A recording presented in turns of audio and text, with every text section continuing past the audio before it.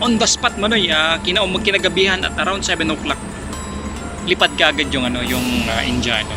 Kasi OMG. ang purpose nun, pag nagkaroon pa ng malalim na investigation, it's either na makulong yung pag tinaas pa ng pag hindi nagpaareglo, lalo na yung party na yon, maaari makulong yung Indiano, yung kasama namin, at magkaroon ng mas malalang problema. Kususangpu. कस्तो छ ठीक छ राम्रो छ Apa kabar ma? Ay, alhamdulillah baik. Balaso. Assalamualaikum abad.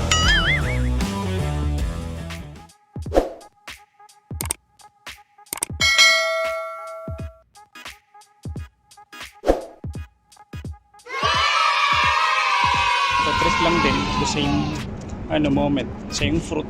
Ang sarap kasi nung dates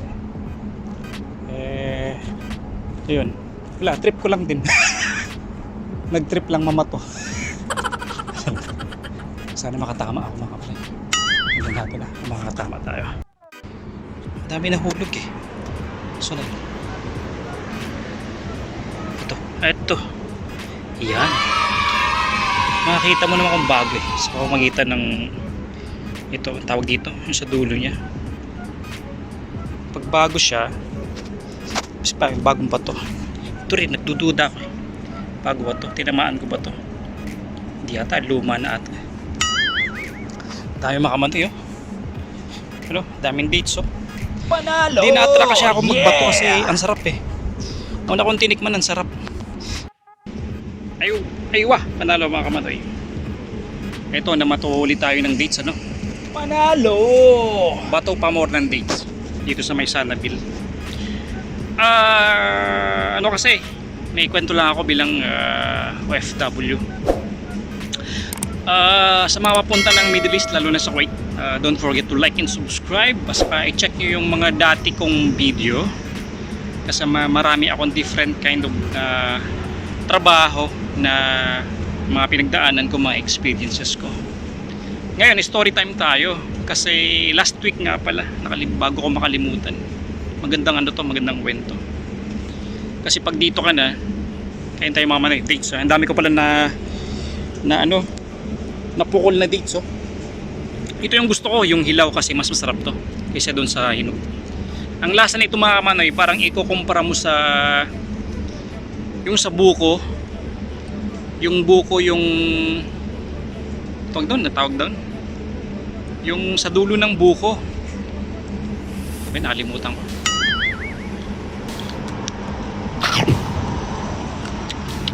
Sa ubod ng buko yan. Ganon na lasa niya. Mas matamis lang siya. Alam yan ng mga dating taga Middle East kung ano yung lasa ng dates. Story time.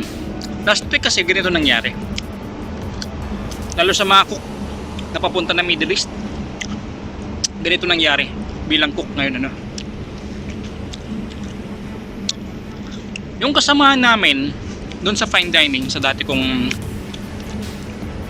pinagtatrabahuhan,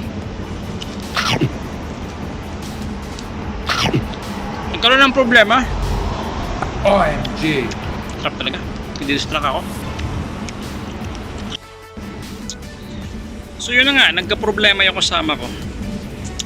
Ang lahi pala ito, India. Taga-India siya, Indian. Bago lang. Siguro kaka-isang taon lang.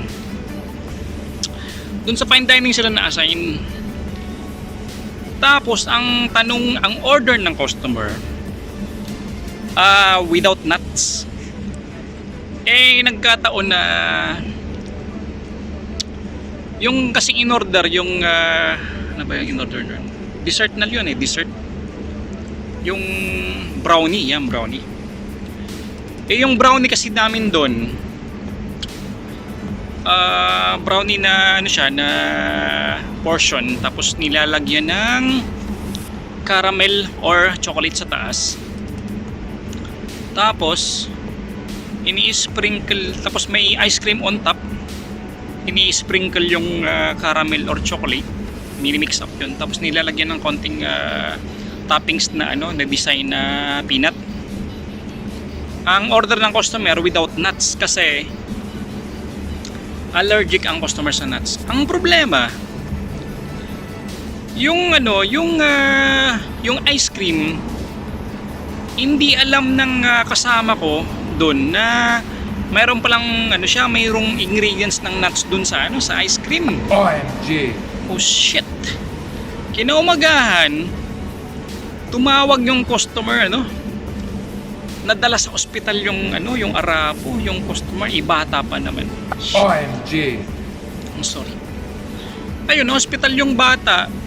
Ngayon, tinawagan yung company namin ni kesyo papupuntahan daw ng police or whatsoever, imbestigahan. OMG. At agad naman siguro na areglo kasi umupa na yung kaso. Kasi malaking problema kasi yung dito kasi napakahigpit ng batas. Napakahigpit ng batas dito. As soon as possible, bibigyan talaga ng action hanggang ma-shutdown ang tindahan. Nagawan siguro dahil sa conversation, nagkaroon ng mga agreements. Naayos naman, hospital bill, binayaran ng company namin. Tapos, ang nangyari dun sa in fairness naman dun sa kasama namin, hindi din man kasi alam na yung ingredients ng ice cream na mayroong nuts. Kahit naman ako, malay ko ba na mayroong nuts yun sa ice cream na yun. Ayun, kinaumagahan, nagreklamo yung customer at around 6 o'clock siguro in the morning at around 12 o'clock in the noon time, pumunta yung accountant namin pati yung head chef namin dun sa accommodation ng kasama namin na Indiano. Nagkaroon nga. At on the spot kinagabihan at around 7 o'clock lipad kaagad yung yung Indiano. Kasi ang purpose nun, pag nagkaroon pa ng malalim na investigation, it's either na makulong yung pag tinaas pa pag hindi nagpaareglo, lalo na yung party na yon, maaari makulong yung Indiano, yung kasama namin, at magkaroon ng mas malalang problema.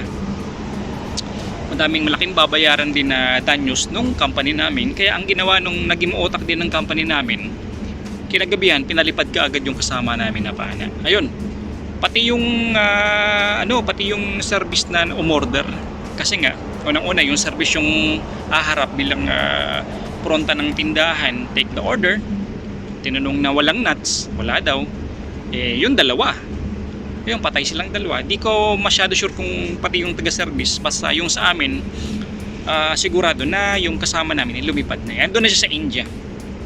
Ganun lang kabilis, kinaumagahan, kaso, tapos punta yung kasama namin na accountant, pati yung head chef na nakahawak, lipad kinagabi. Ganun kahigpit dito sa sa Kuwait, mga kamanoy.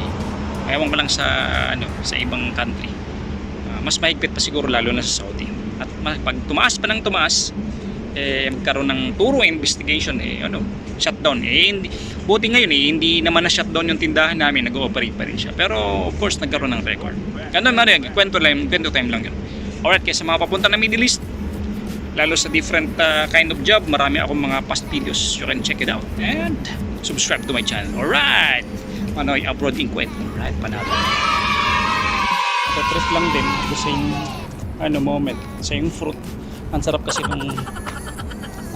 nung dates. Yun, trip ko lang din. Nag-trip lang mama to. Sana makatama ako, mga kapatid. Hindi natin makatama tayo.